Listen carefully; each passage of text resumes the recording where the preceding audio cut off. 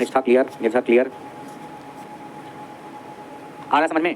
रवि का गाना अच्छा पढ़ा रहे हैं आप। अच्छा जी, प्रीतम जी को भी आ रहा समझ। चलिए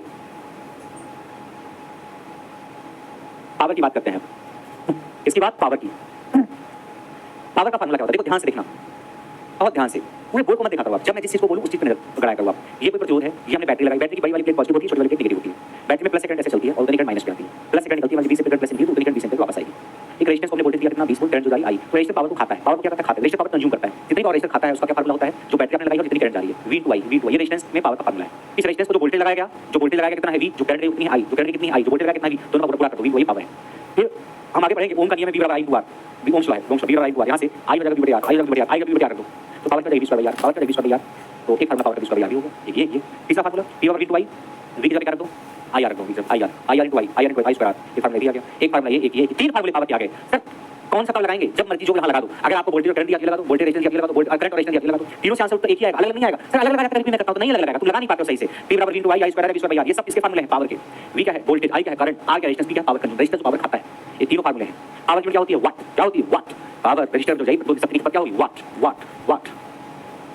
फिर वही फार्मूला हमने V/I स्क्वायर वाट में। सवाल है which is not equal to वाट के बराबर कौन नहीं है? देखो इसकी यूनिट वाट है, वोल्टेज की यूनिट वोल्ट, करंट की एम्पीयर, यानी वोल्ट इंटू एम्पीयर वाट के बराबर होगा। I स्क्वायर R ये भी पावर है, इसकी यूनिट वाट है। I करंट के एम्पीयर, एम्पीयर स्क्वायर इनटू ओम, इसकी एम्पीयर इसकी ओम, एम्पीयर स्क्वायर इनटू ओम, ये भी वाट के बराबर होगा। V स्क्वायर ये भी इसकी यूनिट वाट है, ये भी पावर है। वोल्टेज इनटू वोल्ट, रेजिस्टेंस की ओम, वोल्ट स्क्वायर ओम, वोल्ट स्क्वायर भी वाट के बराबर है, वोल्ट स्क्वायर भी वाट के बराबर है। यानी ये जितने भी फार्मूले हैं वोल्ट इनटू एम्पीयर वाट के बराबर, एम्पीयर स्क्वायर इनटू ओम वाट के बराबर, वोल्ट स्क्वायर ओम वाट के बराबर। ठीक, तो सवाल है which is not equal to वाट, तो वोल्ट इनटू एम्पीयर होगा, एम्पीयर स्क्वायर इनटू ओम होगा, वोल्ट स्क्वायर ओम ये भी होगा। ये नहीं, वोल्ट अपॉन एम्पीयर वाट के बराबर नहीं है। ओके इनटू थक गया हूं सर मैं। एक हॉर्स पावर कितने वाट के बराबर होता है? एक हॉर्स पावर 746 वाट के बराबर होता है। देखो दो प्रकार की वाट पावर होती है। देखो हॉर्स पावर या शक्ति पावर की होती है। हाँ सर, एक हॉर्स पावर में 746 वाट होते हैं। अगर हमने हॉर्स पावर के साथ कुछ लिखा नहीं है इसका मतलब ब्रिटिश हॉर्स पावर है। क्या है वो? British horse power. इसका मतलब क्या है वो? ब्रिटिश हॉर्स पावर, ब्रिटिश अश्वशक्ति। अगर सिर्फ हॉर्स पावर बोला तो शक्ति मतलब ब्रिटिश हॉर्स पावर 746 वाट के बराबर है। लेकिन कुछ मुझे मैट्रिक हॉर्स पावर, मैट्रिक अश्वशक्ति तो 735.5 वाट के बराबर होती है। तो अगर मैट्रिक बोला उसने तब तो 735.5 लिख करना। एक मैट्रिक हॉर्स पावर, एक मैट्रिक अश्वशक्ति कितने वाट होते हैं। लेकिन अगर सिर्फ हॉर्स पावर बोला इसका मतलब ब्रिटिश हॉर्स पावर की बात कर रहे हैं तो 746 वाट करेंगे। ठीक है, ये पावर यूनिट है। तो सवाल एक हॉर्स पावर कितने वाट के बराबर है कुछ नहीं रखा है, सब ब्रिटिश हॉर्स पावर ही बोलते हैं। ब्रिटिश हॉर्स पावर को शॉर्ट में हॉर्स पावर बोल देते हैं, 746 वाट के बराबर। लेकिन सवाल एक मैट्रिक हॉर्स पावर कितने वाट के बराबर होगा? 735.5 वाट के बराबर। याद रखें ये metric horse power, metric horse power 735.5। सवाल है 100 वाट का 200 वोल्ट का बल्ब उसका प्रतिरोध बताओ। क्या है? 100 वाट का 200 वोल्ट का बल्ब है, उसका प्रतिरोध क्या दे रखा है? पावर दे रखी है, वोल्टेज दे रखा है, रेजिस्टेंस निकालना है। तो कौन सा फार्मूला लगाएंगे? पावर दे रखी है, वोल्टेज दे रखा है, रेजिस्टेंस निकालिए। Formula P/V square R। तो P/R V दे रखा है और P दे रखा R निकालना है। फार्मूला लगाइए P/V स्क्वायर R। यहां से R क्या हो जाएगा? V square V। V की वैल्यू 100, P की वैल्यू 100, सॉल्व करो 400 आ गया। और कोई फार्मूला नहीं लगाएंगे सर? नहीं, जब आपको P दे रखा है, V दे रखा है, R पूछा तो PVR वाला फार्मूला लगाओ। PVR वाला फार्मूला कौन है? PVR लगा दो, वही लगा दिया, 400 आ गया। What is current in 400 volt का 100 वोल्ट पर? 400 वाट का 100 वोल्ट पर 400 वाट का 100 वोल्ट वाले बल्ब में विद्युत धारा की गणना कीजिए। आपको क्या देखा है? P देखा है, V देखा है, करंट निकालनी है। ये फार्मूला P/V P पता है, I पता करना, I का P बटे V। P रखो 400, वोल्ट रखो 100, करंट करंट हो जाएगी। होगी कि नहीं? अरे बोलिए हाँ सर। अगला है 100 volt battery connected across 50 ohm resistor में पावर कंज्यूमिंग रेजिस्टर। सवाल ये है कि 50 ओम का प्रतिरोध 100 वोल्ट की बैटरी से लगाए तो प्रतिरोध की शक्ति कितनी होगी? निकालो। क्या पता है आपको? R पता है, V पता है, पावर के फार्मूला लगाओ। V स्क्वायर V कितना 100 में 100, R कितना 50, काट दो 200 वाट। करना है क्या? कुछ नहीं करना है। नेक्स्ट 100 वाट का 200 वोल्ट का बल्ब है, दूसरा 50 वाट का 100 वोल्ट का बल्ब है। दोनों के प्रतिरोध अनुपात बताइए। दो बल्ब हैं, 100 वाट का 200 वोल्ट और दूसरा 50 वाट का 100 वोल्ट। दोनों बल्ब के प्रतिरोध अनुपात, ये बल्ब 1 है, बल्ब 2 है। 100 वाट का 200 वोल्ट, इसका रेजिस्टेंस निकाल दो। कैसे निकालोगे?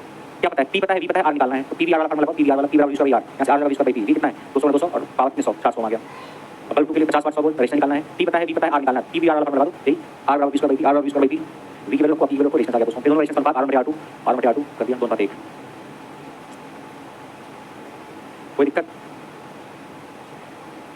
बोलिए। हाँ, कोई दिक्कत नहीं, बस ये सवाल आज एग्जाम में तब तो आएगा तो जरूर सर। इतना ही सारा सवाल एक टप भी आएगा सर, वो कब कराओगे? आगे कराएंगे धीरे धीरे, आसान से मुश्किल की तरफ। पावर होता है आपका, आगे कार्य होता है शक्ति बटे कार्य बटे समय। पावर का फार्मूला होता है वर्क टाइम, कार्य शक्ति का समय होता है, शक्ति का कार्य बटे समय। ठीक है, 1 सेकंड में किए गए कार्य को हम शक्ति कहते हैं। क्या कहते हैं? 1 सेकंड, अगर मान लीजिए T टाइम में किया गया कार्य W है, वो 1 सेकंड में किया गया कार्य W बटे T। अगर T सेकंड में किया गया कार्य W है, 1 सेकंड में किया गया कार्य W बटे T, और इसी W बटे T को हम बोलते हैं P। T सेकंड में किया गया W, 1 सेकंड में किया गया कार्य W बटे T, W बाई T। ये क्या है? पावर। 1 सेकंड में किए गए कार्य को पावर बोलते हैं। 1 सेकंड में किया गया कार्य पावर कहलाता है, work done unit time is called power. Power का यूनिट क्या होगा? और तो पड़ी है वाट होती है। अच्छा, या कार्य कोई कार्य करने की दर को शक्ति कहते हैं। कार्य को जब टाइम से डिवाइड किया तो बोलते हैं कार्य करने की दर। कार्य करने की दर को क्या कहते हैं? शक्ति। कार्य करने की दर को क्या बोलते हैं? शक्ति। तो rate of doing work is called power. Rate of doing work is called, rate of time से डिवाइड कर देना। ऊर्जा क्या है? काम करने की क्षमता को ऊर्जा कहते हैं। Capacity to do work is called energy. Capacity to do work is called energy. SI unit क्या होती है? वर्क की जूल। जो वर्क है ये, इसकी SI यूनिट क्या होती है? जूल। और SI यूनिट एनर्जी क्या होती है? जूल होती है। कार्य का एसआई मात्रक जूल, ऊर्जा का एसआई मात्रक joule. CGS unit of energy, ऊर्जा का सीजीएस मात्रक क्या होता है? सेंटीमीटर ग्राम सेकंड, अर्ग, ईआरजी अर्ग। ऊर्जा का सीजीएस मात्रक ईआरजी अर्ग 1 जूल में 10⁻7 होते हैं या 1 ग्राम 10⁻7 जूल। याद रखना एसआई यूनिट को हम एमकेएस सिस्टम भी बोलते हैं। एसआई को MKS metre kilogram second, metre kilogram second. SI मतलब इंटरनेशनल सिस्टम ऑफ अंतरराष्ट्रीय मात्रक। सीजीएस बोलते हैं centimetre gram second, centimetre gram second, centimetre gram second. सवाल 1 अर्ग किसके बराबर है? 1 अर्ग किसके बराबर है? 1 अर्ग 10⁻7 जूल के, 1 अर्ग 10⁻7 जूल के बराबर। बोलिए ये जो आप पढ़ रहे हो ना, ये डबल बेनिफिट देगा आपको। कैसे सर? ट्रेन में काम आएगा आपके। हाँ सर, और पार्ट ए में बेसिक साइंस और इंजीनियरिंग में भी इलेक्ट्रिसिटी आएगी, वहां भी काम दे देगा ये। नेक्स्ट, पावर क्या होती है? पावर है वर्क अपॉन टाइम। मैंने बताया पावर का फॉर्मूला वर्क अपॉन टाइम है ना, यहाँ से क्रॉस मल्टीप्लाई करो। वर्क की एनर्जी लिखो, वर्क और एनर्जी कोई अंतर है नहीं। कार्य करने की क्षमता को ऊर्जा कहते हैं, कार्य करने की क्षमता को ऊर्जा कहते हैं। जहाँ वर्क एनर्जी लिखी हमने तो गुणा किया, यहाँ से होती है एनर्जी का पावर टाइम, ऊर्जा बराबर शक्ति गुणित समय। तो अगर पावर को मैं वाट में लूं और टाइम को आवर में, तो वाट आवर ऊर्जा का मतलब हो सकता है वाट घंटा, शक्ति का वाट, टाइम का घंटा। वाट इंटू घंटा, वाट इंटू घंटा किसका मतलब हो सकता है? ऊर्जा का। संभव है? हाँ है संभव। ऊर्जा का मतलब वाट घंटा भी है, या अगर पावर को किलोवाट में ले, इसमें किलोवाट में, और टाइम को घंटा में, किलोवाट आवर भी संभव है। किलोवाट यानी किलोवाट घंटा या वाट इंटू घंटा, ये ऊर्जा का मात्रक संभव है। कॉमर्शियल यूनिट इलेक्ट्रिकल एनर्जी की किलोवाट आवर है। वैद्युत ऊर्जा का वाणिज्यिक मात्रक या व्यावसायिक मात्रक किलोवाट घंटा है। याद रखना, कॉमर्शियल यानी वाणिज्यिक मात्रक ऊर्जा का, इलेक्ट्रिकल ऊर्जा का किलोवाट आवर है। किलोवाट घंटा, किलोवाट घंटा क्या है? किलोवाट घंटा। नेक्स्ट, 1 किलोवाट घंटा को एक बीओटी भी बोलते हैं। क्या बोलते हैं? 1 किलोवाट घंटा को एक बीओटी बोलते हैं। बीओटी क्या है? अरे किलोवाट घंटा को बीओटी बोलते हैं, बोर्ड ऑफ ट्रेड। बीओटी क्या है? Board of trade, board of trade पूरा नाम है। 1 किलोवाट जो कॉमर्शियल यूनिट है ना, व्यावसायिक यूनिट ऊर्जा की, वही बीओटी बोलते हैं। BOT is commercial unit of energy. वैद्युत ऊर्जा का व्यावसायिक औद्योगिक मात्रक बीओटी है। किलोवाट आवर बीओटी है। बीओटी है board of trade. 1 kilowatt hour को एक बीओटी बोलते हैं। किलोवाट आवर को बीओटी बोलते हैं, board of trade. Board of trade का पूरा नाम हो सकता है, यही हो सकता है कि एक बीओटी में कितने किलोवाट आवर होते हैं, एक बीओटी में 1 किलोवाट आवर होता है। और 1 किलोवाट घंटा को एक यूनिट भी बोलते हैं। 1 किलोवाट घंटा को एक यूनिट बोलते हैं। जैसे दिल्ली में मान लीजिए 1 यूनिट का चार्ज, मान लीजिए 1 यूनिट का चार्ज अगर 10 रुपए है, मान लीजिए, इसका मतलब ये है कि आप अपने घर में 1 किलोवाट आवर ऊर्जा की खपत करोगे, उसका 10 रुपए देना पड़ेगा। 1 यूनिट का चार्ज 10 रुपए मान लीजिए दिल्ली में, इसका मतलब अगर अपने घर में 1 किलोवाट घंटा, 1 किलोवाट आवर ऊर्जा की खपत करोगे, 1 किलोवाट आवर एनर्जी कंज्यूम करोगे, 10 रुपए आपको देना पड़ेगा। बोलिए फटाफट फटाफट। चलिए आगे बढ़ें। सवाल पूछा गया बीओटी किसका मात्रक है? ऊर्जा का मात्रक है। एक बीओटी किसके बराबर है? तो एक बीओटी होता है 1 किलोवाट आवर। 1 बीओटी होता है 1 किलोवाट आवर। 1 किलोवाट को क्या लिख सकते हैं? 1000 वाट इंटू आवर। किलोवाट वाट में 1000 वाट लिख सकते हैं? हां, 1000 वाट इंटू आवर। तो 1000 वाट आवर नहीं है, 1 वाट आवर केवल है। 1000 है और 1000 किलोवाट आवर है। 1000 वाट आवर, किलोवाट आवर नहीं, 100 वाट आवर है, ये भी नहीं होगा। 1 किलोवाट आवर, किलोवाट वाट में 1000 वाट आवर है ही नहीं, ना होगा। बोलिए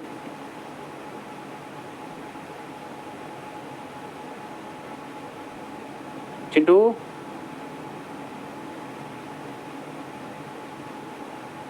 आइए जरा एनर्जी का फार्मूला देखते हैं। एनर्जी होती है पावर इनटू टाइम। एनर्जी क्या होती है? Power into time. तो पावर का फार्मूला क्या है? v * i ² r v ² r। तो ऊर्जा का मतलब क्या होगा? v में t से गुणा कर दो, i ² r में t से गुणा कर दो, v ² r में t से गुणा कर दो, बन गया। सवाल है फार्मूला फॉर इलेक्ट्रिकल एनर्जी। ऊर्जा का मतलब क्या है? v ² r t नीचे थोड़ी होगा, t ऊपर होगा, v ² ये नहीं है। i ² r में t नहीं, i ² r में t ऊपर होगा, ये भी नहीं है। v i ² r में t नहीं, ये भी है, i ² r t, i ² r t है। एनर्जी ऊर्जा होती है शक्ति गुणित समय। तो जो भी पावर का फार्मूला उसको टाइम से गुणा कर दीजिए, आपको ऊर्जा मिल जाएगी। ठीक है,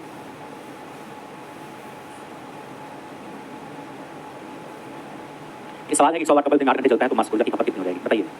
100 वाट का बल्ब दिन में 8 घंटे चलता है तो मासिक ऊर्जा की खपत कितनी होगी? ऊर्जा निकालनी है और यूनिट में लिखा है 20 मिनट, 40 मिनट, 24 मिनट, 100 कितना। तो देखो ऊर्जा होती है power into time. Power into time ऊर्जा, ये होती है शक्ति गुणित समय।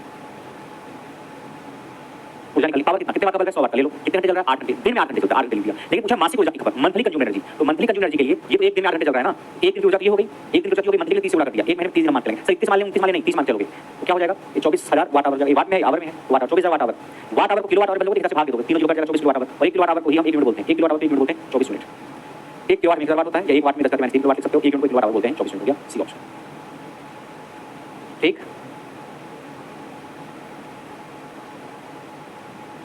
अब ये सब जो सवाल है आपके अलग अलग एग्जाम में पूछा हुआ है, आपको पीडीएफ में रहेगा तो आप देख के कर लेना। ठीक है, ये सब सवाल करवाने की जरूरत नहीं, आपको बता दिया मैंने। आरआरबी चंडीगढ़ को पहले पूछा हुआ है, ये सवाल है, ये भी करके जाओगे आप। पीडीएफ में सब रहेगा सवाल, आप देख के कर लेना। In circuit 2 coulomb charge flows from 1 point to the point. देखो पूछा आरआरबी एलपीएन टेक्नीशियन, एक सर्किट में 2 कूलम चार्ज फ्लो है 1 पॉइंट टू द पॉइंट, एक potential difference 5 volt, between these 2 points find work done. यानी कूलम दे रखा है चार्ज 2 कूलम आवेश, वोल्टेज 5 वोल्ट है, तो वर्क निकालना है। वर्क क्या होता है? हमने आज आपको बताया वोल्टेज का फार्मूला, वर्क अपॉन चार्ज। देखो का फार्मूला किया गया 5 आवेश, यानी v और w है फार्मूला। हां है, q का मान रखो 2 कूलम, रख दिया 2 कूलम, और b रखो 5 वोल्ट, 5 वोल्ट w कितना? 5 वोल्ट 10। v और w की क्लास w क्या होगा? w क्रॉस मल्टीप्लाई करो ऐसे, तो w गुणे 1 बराबर v q, w का v q, w का v q, v कितना है? 5, q कितना है? 2, 5 10 हो गया। क्या सोच रहा था इसमें? आएगा तो कर ले जाओगे ऐसा सवाल।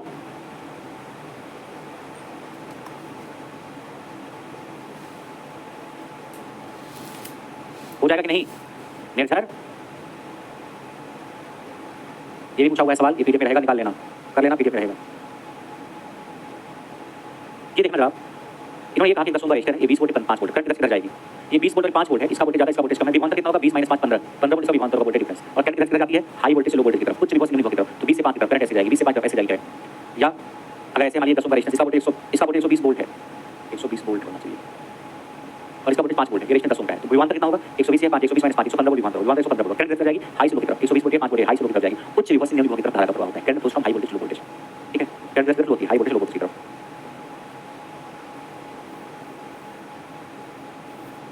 कोई तकलीफ है तो बताइए, बाकी वोल्टेज को इलेक्ट्रिक प्रेशर कहते हैं, आपको पता है। ये सवाल है, आप निकाल ले जाओगे, पीडीएफ में रहेगा ये सब सवाल, ये सब कर ले जाओगे आप लोग। ये सवाल पूछा गया है, एक इलेक्ट्रॉन पर कितना आवेश होता है, किसी इलेक्ट्रॉन पर प्रभाव होता है। अच्छा, एक इलेक्ट्रॉन पर कितना चार्ज होता है, पूछा है। चार्ज अमोन इलेक्ट्रॉन 1.6 × 10⁻19 माइनस ही है, माइनस है। एक इलेक्ट्रॉन जो चार्ज होता है होता है ये माइनस 1.6 × 10⁻19 कूलम। ये सब कर ले जाओगे, आपका पीडीएफ रहेगा, ये भी कर ले जाओगे आप। ये भी उसी फार्मूले से रखना हो जाएगा, फार्मूले रखना हो जाएगा। SI unit of electric power, SI unit electric power की किलोवाट है। वाट किलोवाट जो सकती है, किलोवाट के किलोवाट मार देंगे हम, वाट है ही नहीं ऑप्शन में, किलोवाट ही करना, हॉर्स पावर मत करना, किलोवाट किलोवाट। आगे बढ़े,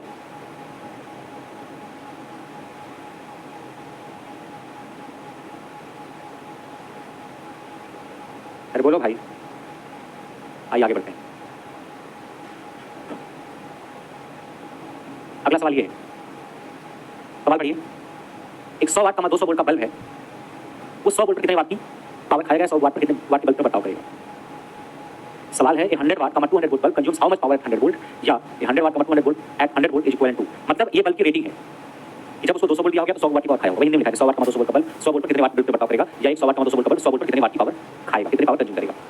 ये जो दे रखा है ना 100 वाट का 200 वोल्ट, ये बल्ब की रेटिंग है। रेटिंग का मतलब क्या होता है सर? इसका मतलब होता है कि अगर बल्ब को ये वोल्टेज दिया जाएगा तो बल्ब कितनी पावर खाएगा, बल्ब को ये वोल्टेज दिया जाएगा तो बल्ब कितनी पावर खाएगा। लेकिन आपने बल्ब को वोल्टेज दिया कितना? 100 वोल्ट दिया है, बाद में अब पूछा कितनी पावर खाएगा। तो अगर 200 वोल्ट देते तो 100 वाट की पावर खाता बल्ब, लेकिन आपने वोल्टेज कितना दिया है? 100 वोल्ट दिया है, तो 100 वोल्ट पे जो पावर खाएगा वो पूछा है आपसे।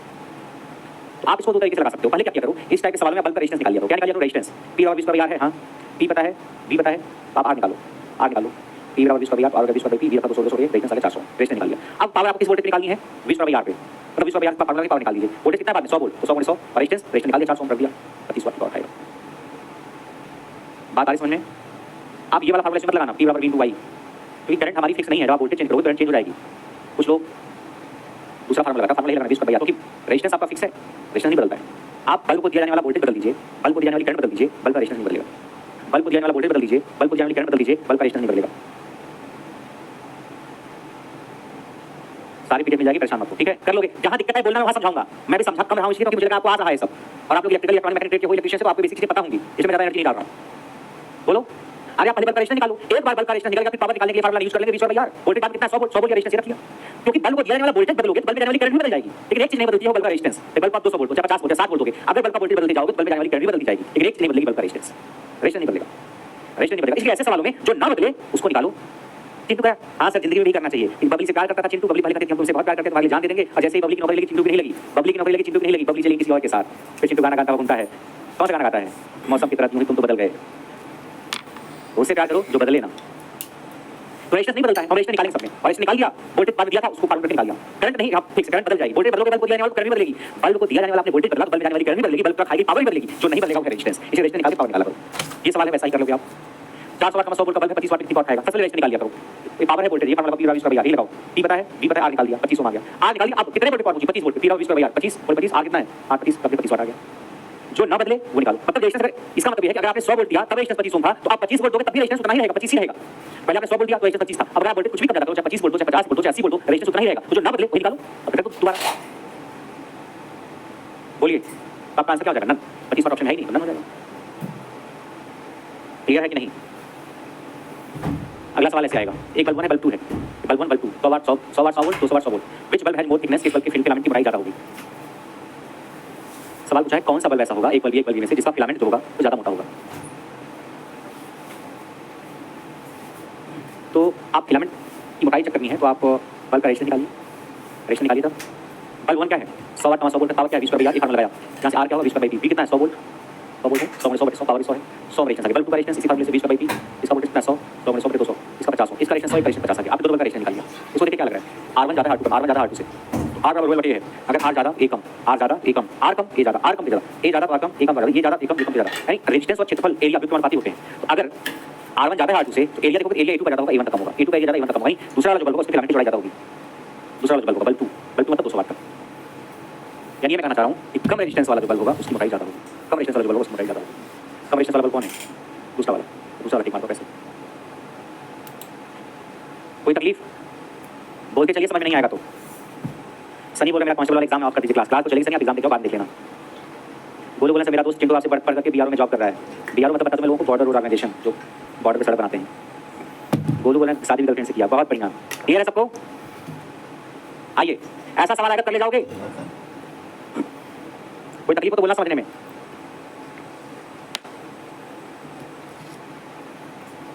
ये सवाल आप कर लेना, हो जाएगा, पीडीएफ रहेगा, कर लेना, ठीक है, हो जाएगा। अब आइए बल्ब का सीरीज और पैरेलल कॉम्बिनेशन देखते हैं। सीरीज कॉम्बिनेशन आप रजिस्टर देखो, अगर एक बल्ब वैसे, दूसरा बल्ब वैसे, तीसरा बल्ब वैसे जोड़ दिया जाए तो उसको बोलते हैं सीरीज कॉम्बिनेशन। एक बैटरी लगा दी, यहाँ से करंट आ रही है ऐसे, तो सीरीज में पता क्या होता है, जितने भी रेशियो होंगे सब में करंट सेम होगी। सीरीज में करंट क्या होती है, सेम करंट सेम होती है। और इक्विवेलेंट रेजिस्टेंस क्या होता है सीरीज में, सारे रेजिस्टेंस जोड़ दो और इक्विवेलेंट R1 R2 के साथ ही सारे रेजिस्टेंस जुड़ जाते हैं इक्विवेलेंट रेजिस्टेंस निकालने के लिए, समतुल्य निकालने के लिए। वोल्टेज क्या होता है, जो भी वोल्टेज तो वोल्टेज बढ़ता है, अगर मैं 100 वोल्ट देंगे वही 100 वोल्ट से कुछ यहाँ जाएगा, कुछ यहाँ जाएगा, कुछ यहाँ जाएगा, जो भी वोल्टेज आप दोगे कुछ यहाँ, कुछ यहाँ, कुछ यहाँ, V बराबर V1 + V2 वोल्टेज बढ़ता है, जो भी वोल्टेज दोगे बढ़ेगा तीनों लोगों में। लेकिन तो करंट चली, करंट सेम आएगी तीनों में। जो करंट यहाँ से चली वाली 20 एम्पीयर वही 20 एम्पीयर तीनों में जाएगी, धारा समान, वोल्टेज बढ़ेगा, रेजिस्टेंस ऐड रेजिस्टेंस जुड़ जाते हैं सीरीज में। बस हम जो मेडिकल करेंगे एक इस फार्मूला यूज करेंगे, उसका करंट सेम होती है सीरीज में। ये सीरीज की कहानी, पैरेलल की कहानी क्या है सर, पैरेलल की कहानी बताओ। पैरेलल कॉम्बिनेशन क्या होता है, इस हमने एक रेजिस्टेंस लिया, दूसरा रेजिस्टेंस लिया, तीसरा लिया, सबके एक किनारे को यहाँ पे जोड़ दिया। देखो इस बल्ब का ये किनारा, इस बल्ब का ये किनारा, सब कुछ नहीं जोड़ दिया यहाँ पे, और इसमें इसको यहाँ, इसको यहाँ, इसको पैरेलल में से यहाँ जोड़ दिया। एक किनारे को एक जगह, दूसरे किनारे को दूसरे जगह, जितने भी रेजिस्टर हैं सबके किनारे को जोड़ दिया। देखो यहाँ जोड़ दिया, R1 R2 इसे बोलते हैं पैरेलल। पैरेलल में क्या होता है कि जितने भी रेजिस्टेंस पैरेलल में होंगे सबका वोल्टेज सेम होगा। अगर इसका विभवांतर, इसका वोल्टेज मान लीजिए V1 है, मान लीजिए ये V1 है, इसका वोल्टेज V1 होगा, इसका V1 होगा, सीधा तार है, कोई विभवांतर कोई और तत्व तो कोई और एलिमेंट तो है नहीं, वोल्टेज ड्रॉप होगा। इसका वोल्टेज V2 मान लीजिए, इसका V2, इसका V2, सबका वोल्टेज सेम होगा, V2 के V2 V2। सीधा तार अगर कोई है ना तो उसके हर पॉइंट का वोल्टेज सेम होगा। अगर 10 वोल्ट है तो भी 10 वोल्ट, 10 वोल्ट, कब तक सेम होगा, जब तक इसको एलिमेंट ना जुड़ जाए। अगर मैं रेजिस्टेंस लगा दूं मान 5 होगा, फिर इसका अब कुछ और होगा वोल्टेज, क्योंकि अभी 10 चल रहा है, इसका कुछ और मान 8 वोल्ट हो गया, 2 वोल्ट कहां गया, 2 वोल्ट रेजिस्टर ने खा लिया, वोल्टेज ड्रॉप हो गया। ठीक है, अभी तक 10 अभी 8 हो गया, कोई रेजिस्टेंस कोई एलिमेंट ना जाए। तो एक सीधा तार अगर है, बीच कोई और तत्व नहीं, कोई और एलिमेंट नहीं है, तो वोल्टेज सेम हम मान करके चलते हैं। तो जो इसका विभवांतर है वही इसका विभवांतर, वही इसका विभवांतर। पैरेलल में कई सारे रेजिस्टर जुड़े हैं, उन सबका वोल्टेज डिफरेंस आपस में समान होगा। यही तरीका हम लगाएंगे न्यूमेरिकल सॉल्व करने के लिए। कई सारे रेजिस्टेंस हमारे पास पैरेलल में लगे हैं, उन सारे रेजिस्टेंस का वोल्टेज क्या होगा पैरेलल में सेम, उनका वोल्टेज पैरेलल में क्या होगा सेम, समान। ठीक है, वोल्टेज समान। करंट क्या होती है, सप्लाई से जो भी करंट आएगी यहाँ से, मान आई करंट आ रही है, अब आई करंट से कुछ करंट इधर जाएगी, कुछ करंट इधर जाएगी, कुछ करंट इधर जाएगी। मान लीजिए इसमें करंट I1 है, इसमें I1 है, इसमें I2, इसमें I3 है, तो I बराबर this current this current this current, यानी सप्लाई से आने वाली कुल करंट कुछ इधर गई, कुछ इधर गई, कुछ इधर गई। मान लीजिए 50 एम्पीयर आई, मान 10 इधर गई, 20 इधर गई, बाकी कुछ इधर चली गई। तो करंट समांतर में जो भी सप्लाई आती है बढ़ती है, लेकिन वोल्टेज जितना वोल्टेज एक रेजिस्टर का उतना दूसरे का तीसरे का पैरेलल वोल्टेज सेम होता है। समांतर विभव सेम होता है, करंट आपकी बढ़ती है, सप्लाई जो भी आती है। और इक्विवेलेंट रेजिस्टेंस का फार्मूला आपका क्या है, इक्विवेलेंट रेजिस्टेंस का फार्मूला आपका पैरेलल में ये है, 1/R क्या है, अच्छा अगर दो ही रेजिस्टर है वैसे लिखेंगे, मान 3 दो ही है, 1/R इसको सॉल्व करोगे तो ये यहाँ से आ जाएगा। अगर दो ही रेजिस्टर है तो R हो जाएगा, R1 R2 बराबर 7 इन दो रेजिस्टर को गुणा करो, नीचे दो जोड़ दो, ऊपर गुणा करो, नीचे जोड़ दो, इक्विवेलेंट रेजिस्टेंस हो जाएगा। आप ये भी यूज कर सकते हो, इससे जल्दी आ जाएगा। जब दो हो तो, जब दो हो तो, दो से ज्यादा हो तो ये लगाओ, दो ही हो ये लगा दो। और अगर दो ही रेजिस्टेंस हो दोनों समान हो, R1 R2 R1 R2 दोनों क्या समान हो, R क्या होगा, R × R+R R/2 हो जाएगा। यानी दो ही रेजिस्टेंस पैरेलल में और दोनों का मान समान है, इक्विवेलेंट रेजिस्टेंस का आधा हो जाता है उनका। यानी 10 ओम 10 ओम के दो रेजिस्टेंस पैरेलल में है तो उनका इक्विवेलेंट रेजिस्टेंस 10 ओम का आधा है 5 हो जाएगा। 20 ओम के दो रेजिस्टेंस पैरेलल में है, इक्विवेलेंट रेजिस्टेंस 20 का आधा है 10 हो जाएगा। 100 ओम के दो रेजिस्टेंस पैरेलल में है तो इक्विवेलेंट रेजिस्टेंस 100 का आधा है 50 हो जाएगा। ठीक, अगर R वैल्यू को दो समांतर में तो इक्विवेलेंट R/2 हो जाएगा, ये लिखा हुआ है। दो हो तो, अगर 3 हो तो सर 3 हो तो 6 कहां चला गया,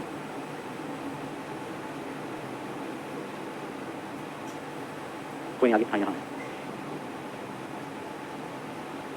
और अगर R वैल्यू के n रजिस्टर पैरेलल में जुड़े हैं तो समतुल्य प्रतिरोध क्या होगा, R/n। If n resistance of value R is connected in parallel, equivalent resistance will be R/n। यानी एक रेजिस्टेंस की वैल्यू है R, ऐसे अगर दो रेजिस्टेंस पैरेलल में है इक्विवेलेंट रेजिस्टेंस R/2। अगर एक रेजिस्टेंस की वैल्यू R ऐसे 3 रेजिस्टेंस पैरेलल में है इक्विवेलेंट रेजिस्टेंस R/3। अगर एक रेजिस्टेंस की वैल्यू R ऐसे 50 रेजिस्टेंस पैरेलल में है इक्विवेलेंट रेजिस्टेंस R/50। एक रेजिस्टेंस की वैल्यू R ऐसे 20 रेजिस्टेंस पैरेलल में इक्विवेलेंट रेजिस्टेंस R/20। यानी एक रेजिस्टेंस का मान लो और उसमें डिवाइड कर दो, भाग दो किससे, जितने रेजिस्टेंस हैं पैरेलल जुड़े हुए। दो रेजिस्टेंस पैरेलल में है तो R/2, 3 पैरेलल R/3, 1 2 3 4 5 R/5। यानी अगर n रेजिस्टेंस पैरेलल में जुड़े हैं और सबकी वैल्यू R है, क्या है R क्या होगा, equivalent resistance R/n। R value के रेजिस्टेंस पैरेलल जुड़े हैं तो समतुल्य प्रतिरोध R/n होगा। याद रखते जाना, इजी है, इंपॉर्टेंट है। जो चीजें इजी और इंपॉर्टेंट उसको छोड़ते जाना मत कभी गलती से। बोलिए पट पट पट चिंटू सर, ये दोनों क्या है, सीरीज में जुड़ जाएंगे 4 3 7। और ये सवाल 8 के 32 प्रतिरोध सीरीज में क्या होगा, 8 के 32 प्रतिरोध है तो क्या करो, 8 + 8 + 8 + 8 32 बार जोड़ो, 8 को 32 बार जोड़ो, 4 को 32 गुणा कर दो, 8 × 32 256। ठीक है, हो जाएगा कि नहीं हो जाएगा।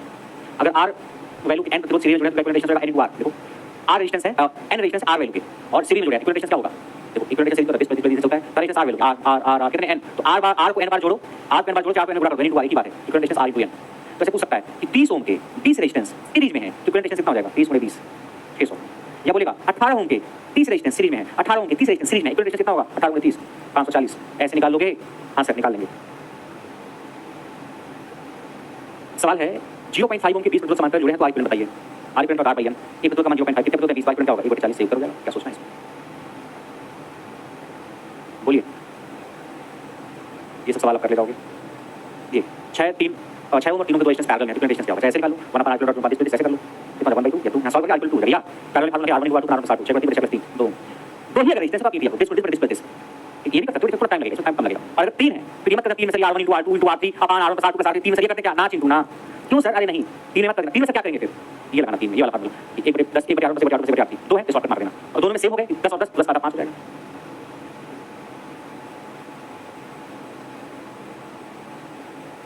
ये सवाल देखो 8 4 2 के प्रतिरोध समांतर में इनका समतुल्य प्रतिरोध क्या होगा? 3 रेजिस्टेंस 8 4 2 1 1 1 1 1 वही बढ़िया 2 सॉल्व किया कितना गया?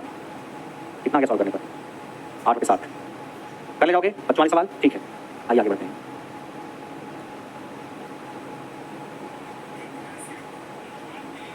एक सवाल ये है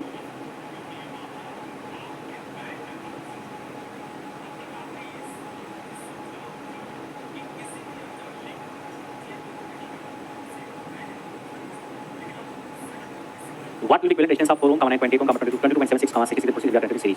कई सारे रेजिस्टर सीरीज में हैं और उनका इक्विवेलेंट निकालना है। सीरीज में जोड़ देते हैं सबको 20 जोड़ देंगे तो हमारा आंसर कुछ आ जाएगा। आएगा कि नहीं आएगा?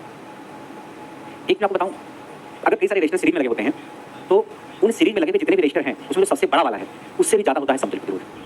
जब जुड़ ही रहा है तो सबसे बड़ा होगा उसमें तो जुड़ ही गई। अगर कई सारे रेजिस्टर सीरीज में हैं तो जो उनका इक्विवेलेंट रेजिस्टेंस होगा सीरीज में लगे हुए जितने भी रेजिस्टर हैं उसमें जो सबसे बड़ा उससे ज्यादा होगा। एक ये दूसरा ये तीसरा ये चौथा टाइम लगेगा एग्जाम जोड़ने में, ये तो पता चल गया कि चारों सबसे बड़ा कौन है, ये इससे भी बड़ा होगा हमारा आंसर। इससे बड़ा कितना ऑप्शन देगा? एक ही 102 मार दिया टिक। इन चारों में जो सबसे बड़ा है इससे भी ज्यादा इक्विवेलेंट रेजिस्टेंस सीरीज है। एक ही ऑप्शन है इससे बड़ा, ये मार दिया वही लिखा हुआ है क्या? If many resistors are connected in series, then their equivalent resistance will be greater than the largest value of resistance connected in series. अगर श्रेणी क्रम में कई सारे प्रतिरोध जुड़े हुए हैं तो उनका समतुल्य प्रतिरोध श्रेणी क्रम में जुड़े सबसे बड़े प्रतिरोध से भी बड़ा होगा। जितने रेजिस्टेंस हैं सीरीज में लगे सबसे बड़े वाले को पकड़ो उससे भी ज्यादा इक्विवेलेंट रेजिस्टेंस। इसमें सबसे बड़ा कौन? ये। इससे भी ज्यादा वाला कितना ऑप्शन है? ये की है वही मार दिया टिक कर दिया। और पैरेलल में क्या कहानी है? पैरेलल में कई सारे रेजिस्टेंस लगे हुए हैं, मान लीजिए 8 ओम, एक 4 ओम, एक 12 ओम, एक 16 ओम, एक 0.1 ओम, ऐसे कई सारे रेजिस्टेंस पैरेलल में। तो अगर पैरेलल में कई सारे रेजिस्टेंस लगे हुए हैं तो पैरेलल में उनका जो इक्विवेलेंट रेजिस्टेंस होता है वो पैरेलल में लगा हुआ जो जितने भी रेजिस्टेंस हैं उसमें सबसे छोटा वाला पकड़ो, सबसे छोटा वाला। जो सबसे छोटा रेजिस्टेंस होगा उससे भी कम होगा इक्विवेलेंट रेजिस्टेंस पैरेलल में। मतलब अगर कई सारे प्रतिरोध समांतर में हैं तो उनका समतुल्य प्रतिरोध क्या होगा? वो समांतर में लगे हुए जितने भी प्रतिरोध हैं उसमें जो सबसे छोटा होगा उससे भी कम होगा। इसमें सबसे छोटा कौन है? 0.1, इससे भी कम होगा। निकाल के चेक कर लेना। इसमें मैंने कहा ऐसे हमारा सवाल 6 ओम, 12 ओम, 36 ओम, 212 ओम, 221 ओम, 4 रेजिस्टेंस पैरेलल में है। इक्विवेलेंट रेजिस्टेंस कितना होगा? इन चारों सबसे छोटा कौन है? इससे भी कम होगा, 6 ओम से कम होगा। अब अगर 6 ओम से कम एक ही ऑप्शन है तो कैलकुलेट करना है क्या? अगर इन चारों का इक्विवेलेंट पूछा पैरेलल में और 6 ओम सबसे छोटा, इससे छोटा होगा इक्विवेलेंट रेजिस्टेंस। अगर 6 ओम से कम एक ही ऑप्शन है और बाकी 6 ओम से ज्यादा है तो हमें कलम चलाने की जरूरत पड़ेगी नहीं। हमें तो पता चल गया कि 6 ओम से कम होगा। हां, अगर 6 ओम से कम दो ऑप्शन होंगे तब कलम चलानी पड़ सकती है, वही लिखा हुआ है। अगर कई सारे प्रतिरोध समांतर में हैं तो इक्विवेलेंट रेजिस्टेंस क्या होगा? जो उसमें सबसे छोटा होगा स्मॉलेस्ट रेजिस्टर उससे भी छोटा होगा। एक सवाल है देखो, दो रेजिस्टेंस सीरीज में है तो इक्विवेलेंट रेजिस्टेंस 20 ओम है और पैरेलल में तो इक्विवेलेंट रेजिस्टेंस 1.8 है। दोनों रेजिस्टेंस की वैल्यू क्या होगी? दो रेजिस्टेंस है उनकी वैल्यू पूछा गया है। जब दोनों सीरीज में है तो इक्विवेलेंट रेजिस्टेंस 20 है, अगर दोनों पैरेलल में है तो इक्विवेलेंट रेजिस्टेंस कितना है? 1.8। तो दोनों रेजिस्टेंस की वैल्यू पूछा है। ऐसे करो R = R + R2 सीरीज में 20 है तो दोनों सीरीज में 20। पैरेलल इक्विवेलेंट रेजिस्टेंस क्या होता है? R1 * R2 + R1 + R2 ये फार्मूला पैरेलल 1.8। पैरेलल कितना है? 1.8 लिख दिया। अब R1 + R2 वैल्यू 20 यहां से रख दिया, R1 + R2 वैल्यू 20 यहां से रख दिया, इसको इधर भेजा तो R1 * R2 कितना होगा? 36। अब हम चेक करेंगे कि कितने ऑप्शन हैं जिसको जोड़ने पर 20 गुणा करने पर 36 मिल रहा है। ऐसे कितने ऑप्शन हैं जिसको जोड़ने पर R1 R2 20 गुणा करने पर 36 मिल रहा है? 10 + 10 जोड़ने पर 20 मिल रहा है, गुणा करने पर 100 मिल रहा है, 36 मिल रहा है, नहीं होगा। 9 और 4 जोड़ने पर 20 नहीं मिल रहा, 36 गुणा करने पर जोड़ने पर 20 नहीं मिल रहा है। 15 + 5 जोड़ने पर 20 मिल रहा है, 15 + 5 75 जोड़ने पर गुणा करने पर 36 मिल रहा है। 2 और 18 जोड़ने पर 20 गुणा करने पर 36 सही हो गया। दो प्रतिरोध थे, ये बोला था दोनों को सीरीज जोड़ा तो आया 20, पैरेलल जोड़ा तो आया 21 सवाल। तो बोलो उन दोनों प्रतिरोध का मान कितना होगा? ऑप्शन की मदद हम लेंगे, अदरवाइज टाइम बहुत लग जाएगा। सर हमें ऑप्शन नहीं देके सॉल्व करना है, वैसे सिखाओ, टाइम ज्यादा लगेगा। फिर हमें समीकरण बना के सॉल्व करना पड़ेगा, ज्यादा मेहनत लगेगी। अच्छा सर इससे हम ऑप्शन देख लियो तो इक्वेशन बना के चेक कर लिए, समय बच गया हमारा। नहीं तो हमारे पास दो समीकरण है, दो अननोन है, कर तो लेते ही हम। R1 R2 एक समीकरण है, R1 R2 दूसरा समीकरण है। दो समीकरण दो अज्ञात, मैथमेटिक्स के मास्टर हो, आप निकालो। इससे R1 की वैल्यू से पुट करो, R1 की वैल्यू से R2 की वैल्यू पुट करो, R2 की इक्वेशन आ जाएगी, R2 को सॉल्व करना, द्विघात समीकरण बनेगा, फिर R1 निकल जाएगा। और उतनी मेहनत क्यों? हमें मैथमेटिक्स नहीं आती, हमने तो लगा लिया, इसको कर लिया, चेक कर लिया। ये विक्रम ऐप में कल दिखाएगा, होगी सुबह होगी क्लास। ऐप पे क्लास आपकी शाम के 3 बजे ट्रांसमिशन डिस्ट्रीब्यूशन की होगी। आज ऐप पे क्लास शाम को 3 बजे ट्रांसमिशन डिस्ट्रीब्यूशन की होगी।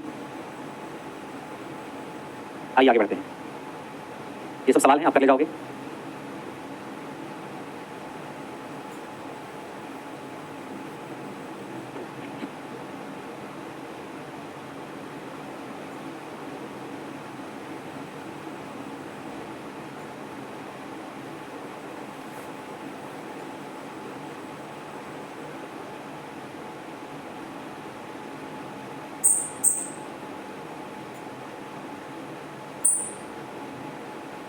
ये सवाल है, ये भी कर ले जाओगे। ये 3 रजिस्टर हैं 6 ओम के, एक त्रिभुज बनाते हैं तो इक्विवेलेंट रेजिस्टेंस क्या होगा? किन्हीं दो कोनों के बीच में। 3 रेजिस्टेंस 6 ओम के हैं, 3 रेजिस्टेंस 6 ओम के हैं, त्रिभुज बनाते हैं तो किन्हीं दो कोनों के बीच में आपको इक्विवेलेंट रेजिस्टेंस निकालना है।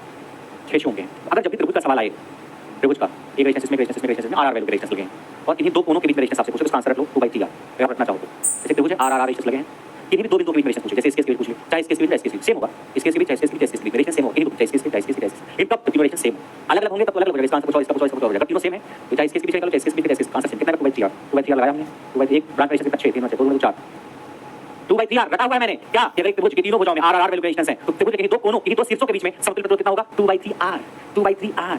r क्या है, एक जो रेजिस्टेंस है एक ब्रांच का वो है, तो r की वैल्यू कितनी है 6, 2 × 3 × 6 कितना कर लिया 2 2 4 4 4 4 4 लिखा हुआ। r क्या resistance each side of triangle, त्रिभुज की हर भुजा का प्रतिरोध। अब निकाल के सॉल्व किया, कर ले जाओगे,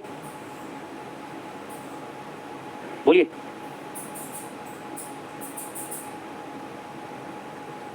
तो सॉल्व किया मैंने, जैसे मान लीजिए इसके बीच में निकालना है, हमें मान करते हैं यहाँ से चली यहाँ तक आएगी तो एक करंट का रास्ता है, दूसरा रास्ता ये है, इसके बीच में निकालना है, ये भी है, तो हमें मान करते हैं जितनी करंट यहाँ से चलेगी उतनी यहाँ पे जा रही है, एक रास्ता ये दूसरा रास्ता ये, ये आर सीरीज हो जाएगी, सेम करंट है 2r, और यार अब 2r पैरेलल में है तो क्या होगा, दिस इनटू दिस करके 2/3 आ गया।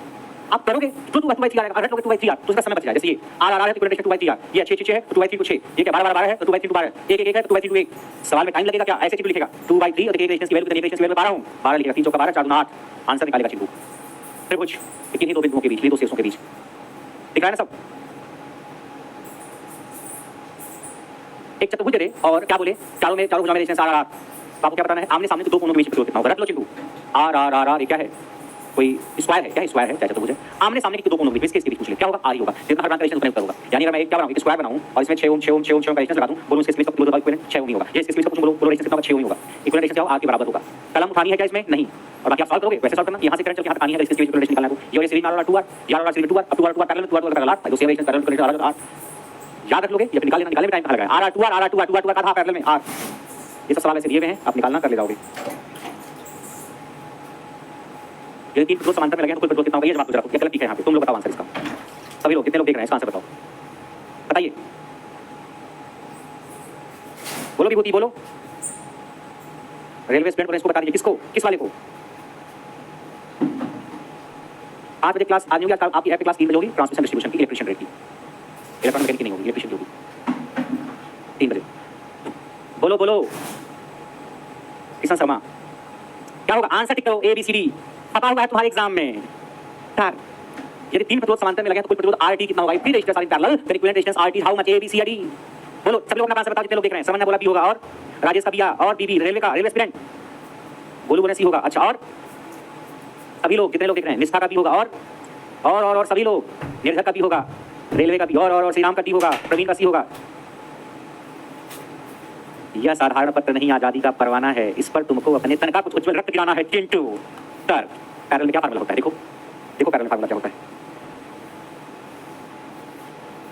ये फार्मूला होता है पैरेलल में, देखो 1/r इक्विवेलेंट बराबर 1/r + 1/r + 1/r होता है कि नहीं, हां सर होता है, देखो होता है, ठीक। हम क्या करते हैं, हम पलट दे रहे हैं इसको, मैं देखो हम क्या कर रहे हैं, 1/r इक्विवेलेंट बराबर 1/r + 1/r + 1/r इन्होंने इक्विवेलेंट RT नाम दिया, RT लिया, RT मतलब टोटल रेजिस्टेंस RT लिया, इक्विवेलेंट रेजिस्टेंस 1/r RT लिख दिया, ठीक, 1/r + 1/r + 1/r नीचे कुछ है इसके नहीं, तो पूरा एक लाइन खींचा और नीचे एक लिख दिया, कोई दिक्कत नीचे सबने गलत बताया, सब फेल होने वाले होते में। पैरेलल कॉम्बिनेशन में इक्विवेलेंट रेजिस्टेंस का फार्मूला एलपी के टेर में आएगा और सब गलत करके आएंगे। नीचे लिख सकते हैं कि नहीं, हां सर लिख सकते हो।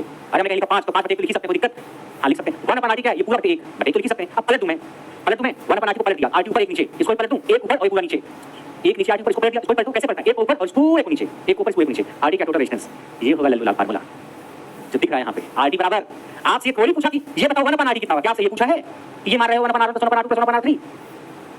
इस फार्मूले से इक्विवेलेंट रेजिस्टेंस निकालते हैं, लेकिन इक्विवेलेंट रेजिस्टेंस 1/r थोड़ी RT इक्विवेलेंट रेजिस्टेंस, इस फार्मूले का इस्तेमाल करके हम इक्विवेलेंट रेजिस्टेंस से RT निकाल सकते हैं, लेकिन इक्विवेलेंट रेजिस्टेंस 1/r इक्विवेलेंट थोड़ी होता है, ये 1/r थोड़ी है, इक्विवेलेंट रेजिस्टेंस तो R इक्विवेलेंट है ना, RT है तो RT निकालो। भाई हमने कहा x निकालो, आप x 1/s निकाल के बता रहे हो कितना है, अरे मुझे x चाहिए, आप 1/s बता रहे हो, ये है फार्मूला। हां ओवर कॉन्फिडेंस में गलत हो गया सर, टिक भी था, आंखों पे पट्टी बांध के जाना, टिक भी था दी, उसके बाद चिंटू को नजर नहीं आया। सर ऐसे तो फेल हो जाएंगे ट्रेन में, सवाल ध्यान से पढ़ो, कई बार बहुत आसान सवाल हल्की सी लापरवाही में गलत होता है। बात कुछ लोग ये कौन सा फार्मूला, ये होता 1/r होता है इतना, तो होता सही, ये समझ आया सबको। अगला सवाल, ये लोगों को पायलट, इस समय आपको मेहनत नहीं लगेगी, आइए आगे बढ़ते हैं।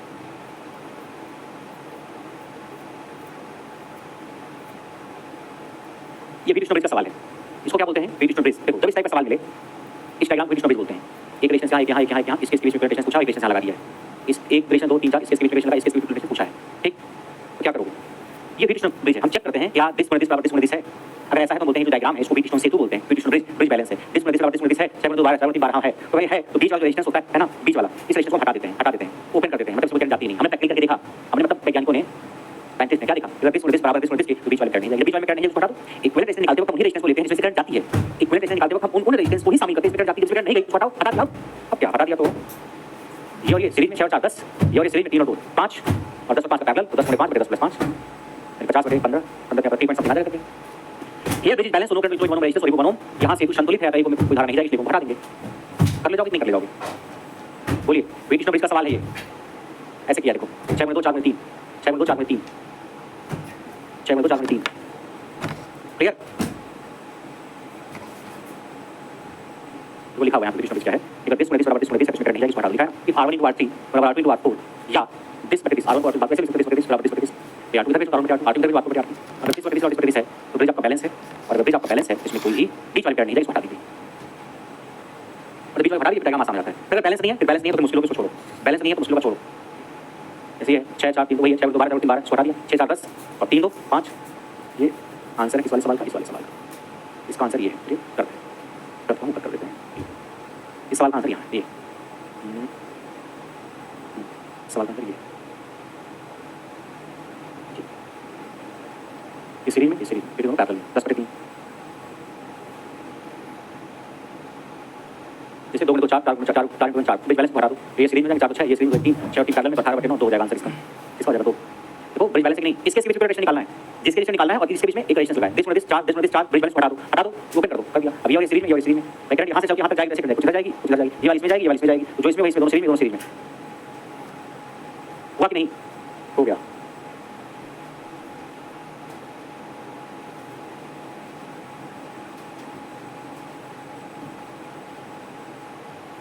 इसका आंसर बताइए, इस सवाल का आंसर बताइए आप लोग, बोलो फटाफट।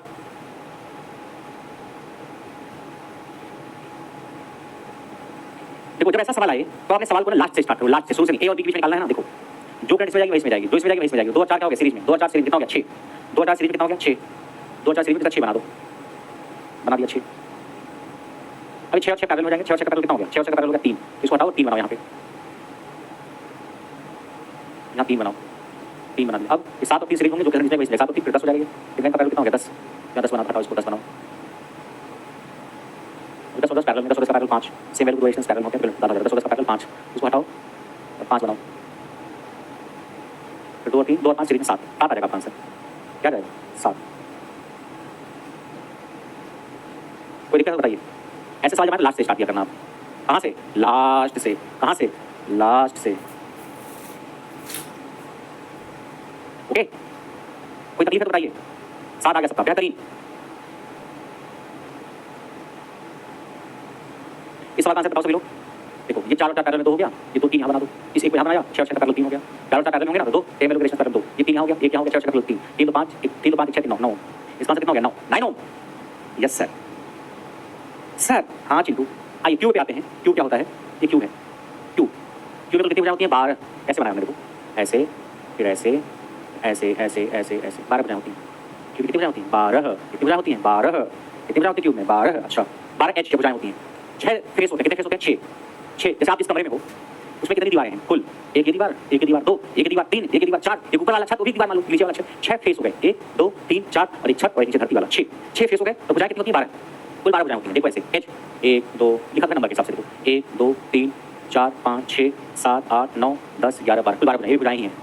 सवाल आता है कि अगर हर भुजा में R मान का प्रतिरोध लगा हुआ हो तो इक्विवेलेंट रेजिस्टेंस कितना होगा, पूछा जाता है। हर भुजा में हर फेस में से इसमें R लगा दो, इसमें R 1 में R, एक भुजा में फिर इसमें R इसमें R इसमें R इसमें R इसमें R इसमें R इसमें R इसमें R इसमें R इसमें R सब R रेजिस्टेंस लगा हुआ है, सारे 12 भुजाएं 12 भुजाएं। आपसे सवाल पूछता है, ये डायग्राम देखो, 3 प्रकार के सवाल पूछता है आपसे इसमें। जो सबसे इंपॉर्टेंट है वो है ये देख रहे हो आप, equivalent resistance across body diagonal, A और जी के बीच में समतुल्य। जैसे क्यू है, वही क्यू है यहाँ बना हुआ है, आपसे ये पूछ लिया एक किनारा यहाँ और एक किनारा यहाँ, इन दोनों के बीच में, चाहे इसके बीच पूछ सकता है, वही कहानी होगी अगर आपसे इसके बीच पूछे, एक ही बात है, चाहे इसके बीच पूछे चाहे इसके बीच में। ये पता क्या है, अगर आप अपने कमरे को देखें, मैं इसको समझाने की कोशिश करूं, अपने कमरे को देखिए, आपके कमरे में एक ये वाला कोना पकड़ो, ये और एक ऊपर वाला कोना, ऐसे हाथ है ना, एक ऐसे देखो, ऐसे एक ऊपर वाला कोना और नीचे वाला कोना, इसके बीच में जो जमीन है फर्श है वही कोना वहाँ, और उसके तिरछे में दूसरा कोना ऊपर, ऐसे बात आई समझ में, एक कोना यहाँ एक कोना वहाँ, ऐसे तिरछे वाला, चाहे इसको पकड़ लो। इसके बीच में जो रेजिस्टेंस होता है उसको बोलते हैं हम इक्विवेलेंट रेजिस्टेंस के बाद बॉडी डायगोनल, बॉडी का विकर्ण, equivalent resistance between two diagonally opposite corners, equivalent resistance between two diagonally opposite corners, A और जी के बीच में समतुल्य प्रतिरोध, घन के आमने सामने के कोनों के बीच का प्रतिरोध, घन मतलब क्यूब, आमने सामने कोने, एक कोना ये, इसको बॉडी डायगोनली बोलते हैं। बॉडी मतलब इस वस्तु का विकर्ण जो है आमने सामने वाले इन पेज के बीच का पूछा गया। इसका आंसर होता है 5/6 आर, यानी आर अगर हर ब्रांच का रेजिस्टेंस है तो यहाँ पे रेजिस्टेंस होगा 5/6 आर। वही यहाँ लिखा है, वही यहाँ लिखा है, बस इंग्लिश में लिखा है, हिंदी में लिखा है। Effective resistance between a and g, a और जी कितना होगा 5/6 है, 5/6। ये सबसे इंपॉर्टेंट है क्यू के लिए। क्या 5/6 आर, और अगर समय 1 ओम का रेजिस्टेंस तो कितना हो जाएगा, समय 1 ओम का 5/6 समय 2 का रेजिस्टेंस लगा हुआ है तो 5/6 समय 5 का रेजिस्टेंस लगा है तो 5/6 ठीक। आर की वैल्यू पुट करो, आंसर मिल जाएगा। एक ये और एक इस के बीच में, इसको बोलते हैं बॉडी डायगोनल, डायगोनल का विकर्ण या आमने सामने ये दो कोनों के बीच का समतुल्य। ये तो ये है, पूछा जाएगा 5/6 आर, जो सबसे इंपॉर्टेंट है। दूसरा पूछा जाता है फेस डायगोनल के बीच में, फलक के विकर्ण के रूप में आमने सामने वाले दो कोनों के बीच का समतुल्य प्रतिरोध। ये डायग्राम दिख रहा है ना, एक दीवार ये पकड़ो आप, ये दीवार पकड़ो, ये इस दीवार में एक विकर्ण होगा, एक फेज ये है, ये विकर्ण कौन है, ये तो इसके बीच में बता दीजिए। चाहे एक विकर्ण ये भी है, इसके बीच पूछ सकता है, इस साइड को हम पकड़े दीवार को, एक विकर्ण ये है, एक डायगोनल और एक डायगोनल ये है, चाहे इसके बीच पूछे चाहे इसके बीच में, एक ही आंसर होगा। मतलब किसी एक फलक, किसी एक दीवार के जो विकर्ण होंगे उन दोनों उस विकर्ण के दोनों कोनों के बीच में समतुल्य प्रतिरोध। Effective resistance between a and c, मतलब ये है, ये सी है, T/4 R होगा। Equivalent resistance across face diagonal, English में क्या बोलते हैं इसको, equivalent resistance across face diagonal of cube, यानी इस क्यू का फेस है, ये क्या है फेस, इस फेस का डायगोनल ये है, देखो इस फेस का विकर्ण ये है और पूरे क्यू का विकर्ण यहां से यहां तक था, जो पिछला वाला था 5/6 आर, वो इस पूरे क्यू का विकर्ण था इसके बीच में, तो 5/6 आर, ये इस फेस का विकर्ण है, ये इसके बीच में T/4 R। फलक यानी फेस के विकर्ण यानी ये के रूप में आमने सामने वाले दो कोनों के बीच का समतुल्य, दोनों कोनों, ये T/4 R, वही यहां हिंदी लिखा है, यहां इंग्लिश लिखा है T/4 R, ठीक। और तीसरा पूछ सकता है, ये दो ही इंपॉर्टेंट है, तीसरा पूछ सकता है कि ये क्यूब है, इसमें तो 12 भुजाएं हैं वैसे, देखो एक भुजा दूसरी भुजा, कई भुजाएं 12 भुजाएं हैं, जो कोई एक भुजा पकड़ लो, कोई भी भुजा आपकी मर्जी, चलो मैंने ये पकड़ लिया, इसके दोनों कोनों के बीच का इक्विवेलेंट रेजिस्टेंस कितना होगा, चाहे इस भुजा को पकड़ो इसके दोनों कोनों के बीच में कितना होगा, चाहे इस भुजा को पकड़ो दोनों कोनों के बीच में कितना होगा, चाहे इस भुजा को पकड़ो इसके कोनों के बीच में कितना होगा, चाहे इसके बीच में कितना होगा, चाहे इसके किसी भी एक भुजा को पकड़ो और उसके दोनों किनारों के बीच में इक्विवेलेंट रेजिस्टेंस कितना होगा, ये 7/12 है। Equivalent resistance across edge, edge मतलब भुजा, एज मतलब भुजा, equivalent resistance across edge of cube, equivalent resistance between two vertices of edge, edge मतलब भुजा के दो शीर्षों के बीच में, कोई भी तो पकड़ो सेम ही आएगा। ये घन की किसी एक भुजा, यानी जैसे ये भुजा, ये भुजा, ये भुजा, इसके से ये भुजा, ये भी घन किसी एक भुजा के दोनों बिंदुओं के बीच का समतुल्य 7/12। या तो आप तीनों रखेंगे तो इंपॉर्टेंट रहेगा, जैसे ठीक रहेगा। सबसे इंपॉर्टेंट ये वाला है, बॉडी, पूरी क्यूब, एक बॉडी है, वस्तु है, उसके विकर्ण ये है सीधा सीधा। इसमें स्मार्ट बोर्ड पे पढ़ा रहा हूं, इसमें एक भुजा मान लीजिए, भुजा मान लीजिए, स्मार्ट बोर्ड की भुजा मान लीजिए, जैसे तो एक किनारा यहां लिया, एक किनारा यहां लिया, ये भुजा किसके बीच का जो है वो पूछ रहा है आपसे, फेस का। समझ आया कि नहीं? तो या तो आपको तीनों रखना है, लेकिन अगर एक याद रखना चाहोगे आप, समझ आया ना, कि किसी भुजा को पकड़ो उसके दोनों किनारों के बीच में, इसमें एक फेस पकड़ो, एक कोई चाहिए पकड़ो, ये देखो ये फेस एक हो गया, या इसको नहीं पकड़ना तो आप ये फेस ये ले लो, एक फेस ये भी हो गया, इसके विकर्णों के बीच में मतलब एक कोना यहाँ, एक कोना यहाँ, इसके बीच निकालो, चाहे एक कोना यहाँ, एक कोना यहाँ, इसके बीच निकालो, चाहे दूसरा फेस ये भी फेस है, इसमें इसके बीच, चाहे इसके बीच, कोई बात कहीं निकालो, T/4 R। सबसे इंपॉर्टेंट है 5/6 आर, एक याद रखना हो, एक कोना है दूसरा कोना अपोजिट, चाहे एक कोना है दूसरा अपोजिट, 5/6 आर हर एज में हर भुजा में लगा हुआ रेजिस्टेंस है। क्लियर है क्यू की कहानी? बोलिए, समझ आ गया चिंटू को? चलो ठीक, आगे बढ़ते हैं, फटाफट आगे बढ़ो। फिर अब कहानी आगे है कैपेसिटेंस की, फिर series combination of capacitance, Ohm's law,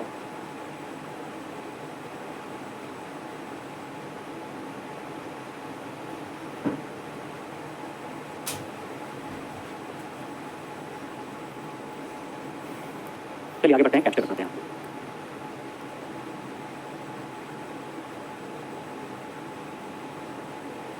ये एक दूसरी प्लेट ये है, इसको हमने बैटरी से जोड़ दिया, एक प्लेट ये है, एक प्लेट ये, इसको बैटरी से जोड़ दिया। बैटरी के प्लस प्लेट जो इसका कनेक्टेड है उसका प्लस चार्ज आ गया, मान लीजिए +2। बैटरी के माइनस प्लेट से जो प्लेट कनेक्टेड है, जो इसका कैपेसिटर की प्लेट है, उसका माइनस चार्ज आ गया, -2। जो भी आवेश इसके उसके ऊपर आता है उसका परिमाण सेम होता है, इसके ऊपर 2, इसके ऊपर 2, +1 माइनस। जो पॉजिटिव प्लेट से उसके ऊपर प्लस, जो नेगेटिव प्लेट से उसके ऊपर माइनस, दोनों का चार्ज का परिमाण या मैग्नीट्यूड सेम होता है, +1 माइनस होता है। ठीक है, कैपेसिटर की कहानी है। कैपेसिटर में दो प्लेट होती हैं, उनके बीच में बैटरी लगाते हैं और बीच में इंसुलेटर, कोई डाइलेक्ट्रिक पार्टिकल, कोई चालक, या हवा भी है, हवा भी निर्वात, हवा है, हवा भी चालक है, या निर्वात हो सकता है, कुछ हो सकता है, हवा हो सकती है, निर्वात हो सकता है, कोई माध्यम हो सकता है। तो जो कैपेसिटर होता है, इसकी प्लेट पे जो चार्ज आता है, चाहे इस प्लेट पे चाहे इस प्लेट पे, जो चार्ज का परिमाण है, मैग्नीट्यूड, वो समानुपाती होता है V के, जबकि बराबर CV। काम की हम बताते हैं आपको। तो चार्ज आता है ना, चाहे इस प्लेट पे चाहे इस प्लेट, वो होता है Q बराबर C/V। जहाँ V क्या है, जो बैटरी आपने लगाई है, इसके बीच का वोल्टेज, इसके बीच का वोल्टेज क्या है, V है। और C क्या है, इस कैपेसिटर के लिए C होता है कैपेसिटेंस, धारिता। C एक नियतांक है, जिसको क्या बोलते हैं, कैपेसिटेंस, धारिता। क्या बोलते हैं C को, धारिता। Q क्या है, चार्ज। V क्या है, जो वोल्टेज आपने इसके प्लेट के बीच मिला, जो वोल्टेज लगाया, Q जो इसकी क्या है, इसी प्लेट पे जो आवेश है उसका परिमाण है। C क्या है, धारिता। आवेश संग्रहित करता है या आवेश स्टोर करता है कैपेसिटर, और आवेश संग्रहित करने की जो क्षमता है, धारण करने की क्षमता आवेश की, वही है कैपेसिटेंस C। आवेश रखने की क्षमता जो वही है C। ठीक है, दिखा ना, अगर धातु के दो प्लेटों को कुछ दूरी पर रखते हैं और उनके बीच में डाइलेक्ट्रिक या परावैद्युत पदार्थ नहीं, कुछ चालक भरते हैं, तो उसे संधारित्र कहते हैं। If two metal plates are placed in a distance and electric medium is filled between them, it is called a capacitor। संधारित्र कितना आवेश धारण कर सकता है, ग्रहण कर सकता है, उसके बारे में धारिता बताती है। धारिता क्या बताती है, संधारित्र कितना आवेश धारण कर सकता है। तो Q बराबर CV आपने पढ़ा, Q बराबर CV, यहाँ से C निकालो, Q भी आएगा, Q बराबर CV, C और Q भी। तो C क्या हो जाएगी, ये चार्ज है, ये वोल्टेज है, चार्ज में कूलाम, वोल्टेज कूलाम बटे वोल्ट। कैपेसिटेंस जो होती है कूलाम बटे वोल्ट, इसे फैराड बोलते हैं। तो SI और कैपेसिटेंस का क्या फैराड, धारिता का SI मतलब फैराड। धारिता क्या बताती है, कोई भी संधारित्र, कोई भी कैपेसिटेंस कितना चार्ज धारण कर सकता है, स्टोर कर सकता है। मैं कितने घंटे पढ़ा सकता हूं, मेरी क्षमता है, आप कितने घंटे पढ़ते हो, आपकी कैपेसिटी है। 1 फैराड बराबर है 1 कूलाम पर वोल्ट। ठीक है, ये याद रखना, 1 नैनो फैराड में 1 × 10⁻9 फैराड होगा, पिको फैराड 10⁻12, माइक्रो 10⁻6, मिली में 10⁻3। ठीक है, नैनो फैराड, पिको फैराड, ये भी पूछ लेता है, मिली में 10⁻3, micro 10⁻6, pico 10⁻12, nano 10⁻9। Capacitance capacitor energy भी स्टोर करता है।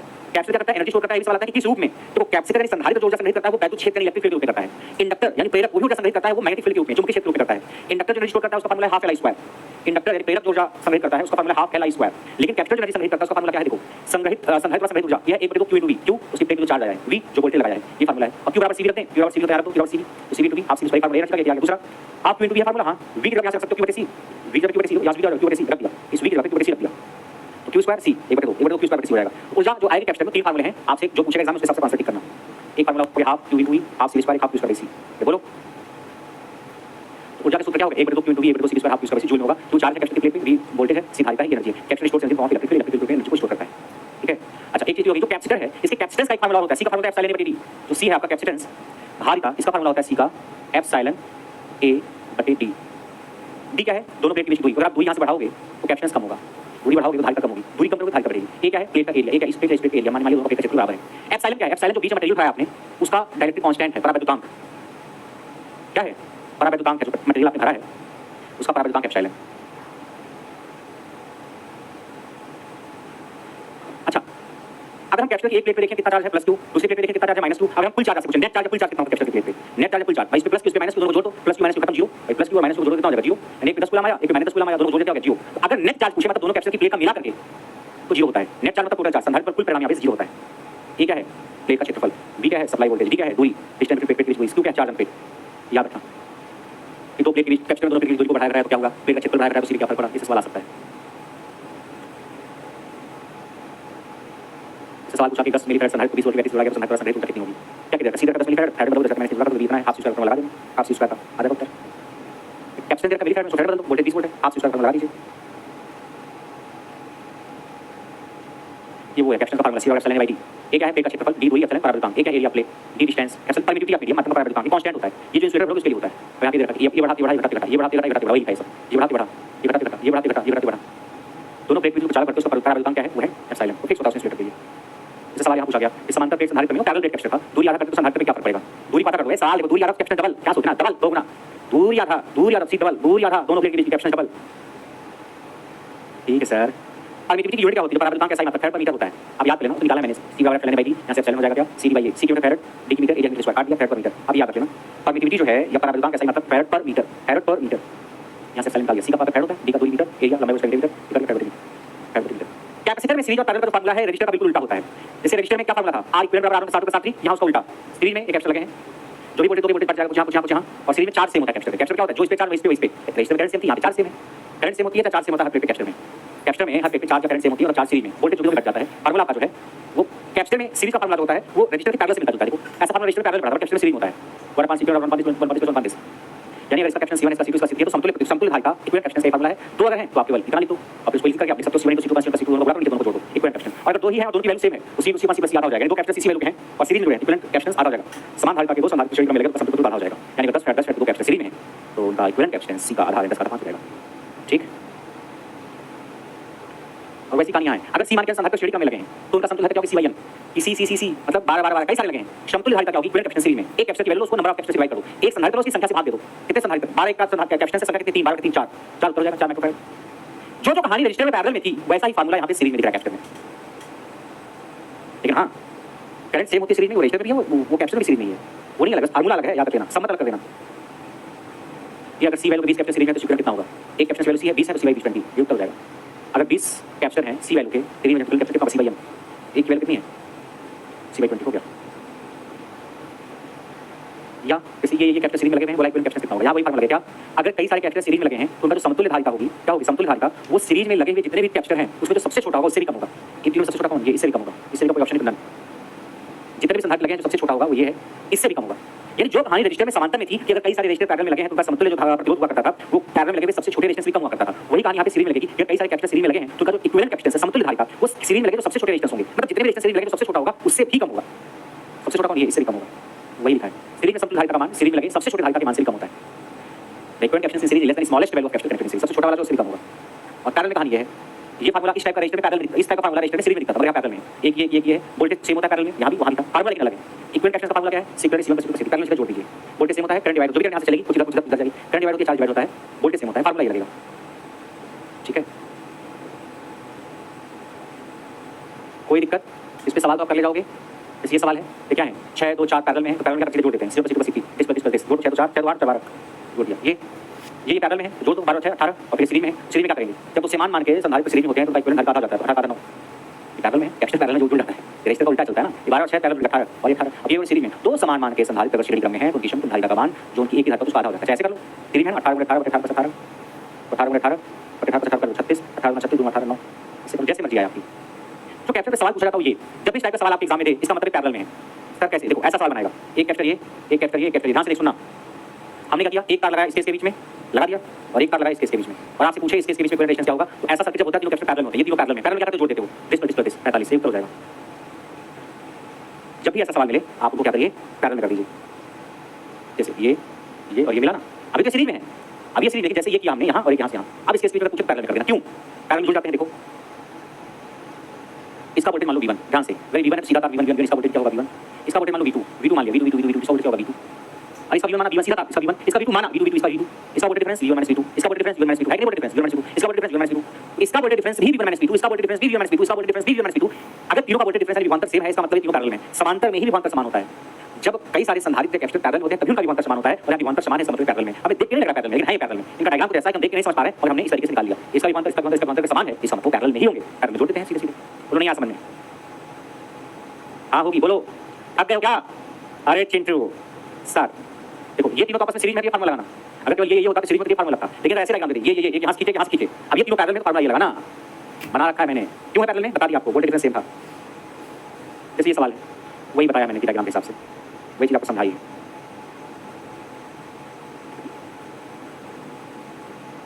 ब्रिटिश ब्रिज में क्या नोट किया? British bridge concept in capital same register, यानी ब्रिटिश सेतु की कहानी प्रतिरोध में जो है वो संधारित्र में जैसी, मतलब जैसे रजिस्टर में चेक करते थे ब्रिटिश ब्रिज का डायग्राम है। अगर 20 बराबर 30 इसके इसमें नहीं जाती तो हटा देते थे। वही अभी भी करोगे 20 और 20 एक्सपेक्ट नहीं हटा दो, हटा दो इसको, हटा देंगे, ओपन कर देंगे, ओपन कर दो, कर दिया ओपन। अब इसमें जो करंट होंगे सेम होंगे, सीरीज होंगे उसी का फार्मूला लगा देना। इसमें करंट सेम होगी, सीरीज होंगी, सीरीज का फार्मूला लगा देना। अब ऊपर वाला नीचे वाला पैरेलल होगा, पैरेलल फार्मूला लगा देना। बैलेंस कैसे करोगे? 20 और 20 होना चाहिए। टर्म 2 12 3 12 हां बैलेंस है। संतुलित कर कैसे चेक करेंगे? आमने सामने गुणनफल देखेंगे बराबर है 20 और 20 12 हां बराबर है। बीच वाली कट जाएगी नहीं जाएगी। तब ये वाली सीरीज में 6 और 4 ये वाली सीरीज में 3 और 2 करके सॉल्व कर लेना। अंदर माइक्रोफैक्ट कैप्सूल हटा देंगे, फिर ऐसे बन जाएगा और सॉल्व करेंगे। ये सीरीज में यहाँ, ये सीरीज में ये पैरेलल में सीरीज फार्मूला क्या लगाया? ये डिस्क डिस्क डिस्क डिस्क लगता है ना सीरीज में, रजिस्टर कैपिटल से लगता है। ये दोनों सीरीज 3 और 2 डिस्क डिस्क डिस्क। अब पैरेलल में पैरेलल से जोड़ देंगे सिर्फ 306। बोलिए कोई दिक्कत है तो? आज की कहानी हमारी यहीं तक 161 नंबर। ठीक है, उम्मीद करते हैं आपको समझ में आया होगा। ये सुपर फास्ट बैच चल रहा है करियर लैब पे, जिसमें हम 17 तारीख तक आपका इलेक्ट्रीशियन का इलेक्ट्रॉनिक मैकेनिक